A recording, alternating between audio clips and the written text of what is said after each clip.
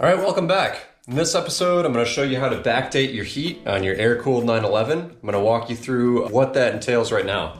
So, if you might remember from my earlier videos, there was originally a blower here, and this duct right here was plastic, and there's a pipe that goes up here to this blower, and that splits into two different hoses, and then one hose goes down here on the fan shroud and then to the tin here. The other hose comes down and goes to the tin here. What backdating entails is you remove that blower motor and all the extra ducting, and what you instead do is from the fan shroud, you run two different heater ducts. So this one is sold on Pelican. You'll see some of the modifications I had to do to make this fit.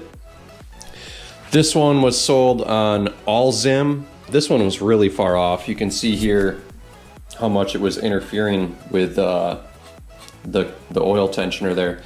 But what I'm going to be doing instead of running that blower and everything is that the fan here is going to pressurize the air behind the fan shroud, and then it's going to come straight out of here, go down straight into the tin there, and then through the heat exchangers and into the cabin.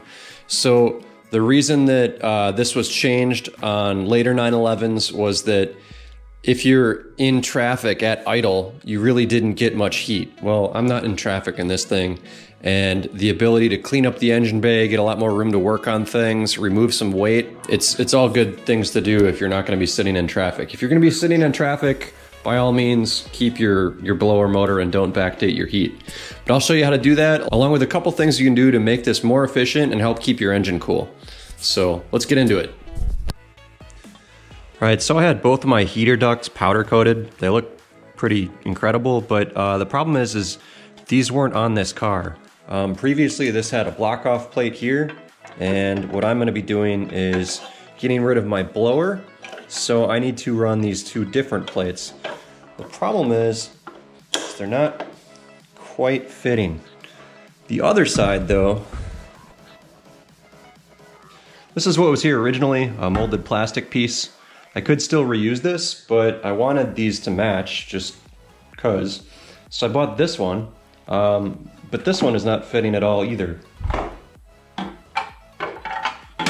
It looks like this was contacting first, so I hit this with a hammer to help clearance it. But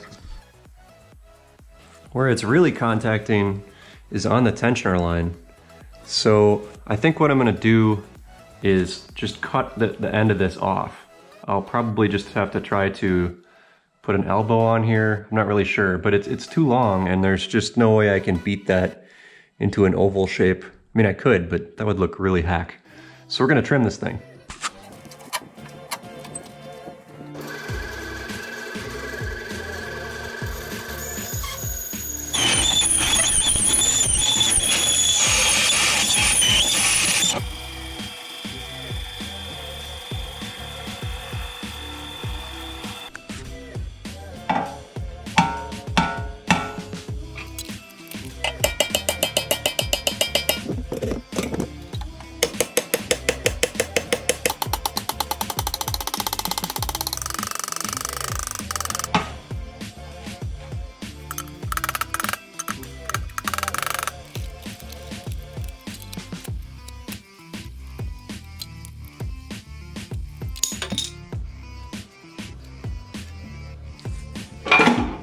All right, wow, that took a lot of effort. I want to say that took at least an hour trying to adjust this thing to fit properly.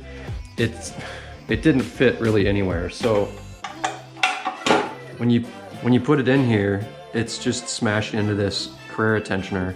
So what I wound up doing was I tried putting this in a vise, but it just kept squishing the top because the top is weaker than down here. So I wound up using pliers, a blowtorch, and a vise, and just slowly bent everything here up. It looks like it's just gonna clear, just barely. The other thing that didn't fit was up here. It was shaped like a taco, like an upside down taco right now, and it would just rock back and forth right here. It still does it a little bit, but I think it's gonna distort a little bit when we get it torqued down. But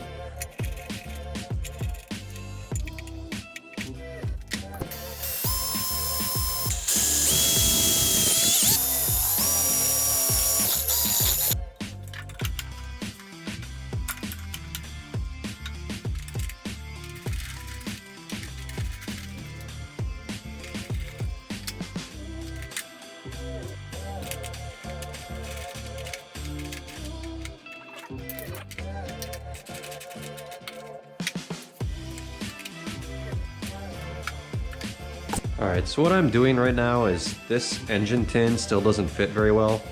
So I'm loosening the fan strap and I'm just gonna put a bead of clear silicone on this front edge because the fitment is so bad and I really don't wanna keep beating it up because it's already powder coated.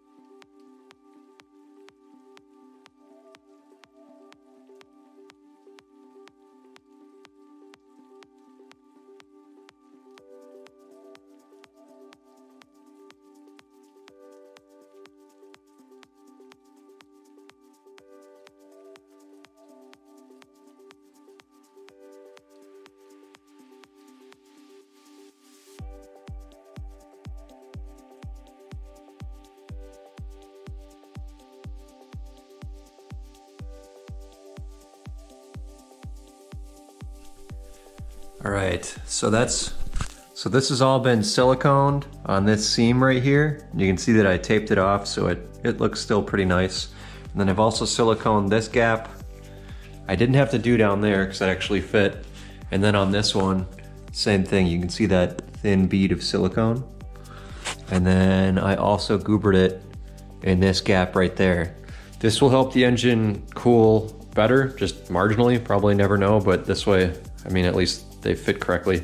I've also heard of people doing that on the intake runners once they install them, so there isn't any air loss around here, but I'm not getting that crazy. I just did this because it didn't fit right and it looked, I don't know, I had to. All right, so that's about it for this one. I've got a bunch more coming. We need to get this engine in this car as soon as possible because I would really like to get this car out of here and get a different car in here so I can play with it all winter. So that needs to go in there very quickly, and I'm gonna have winter break coming up, so we're gonna be cranking on this thing. So stay tuned, cheers.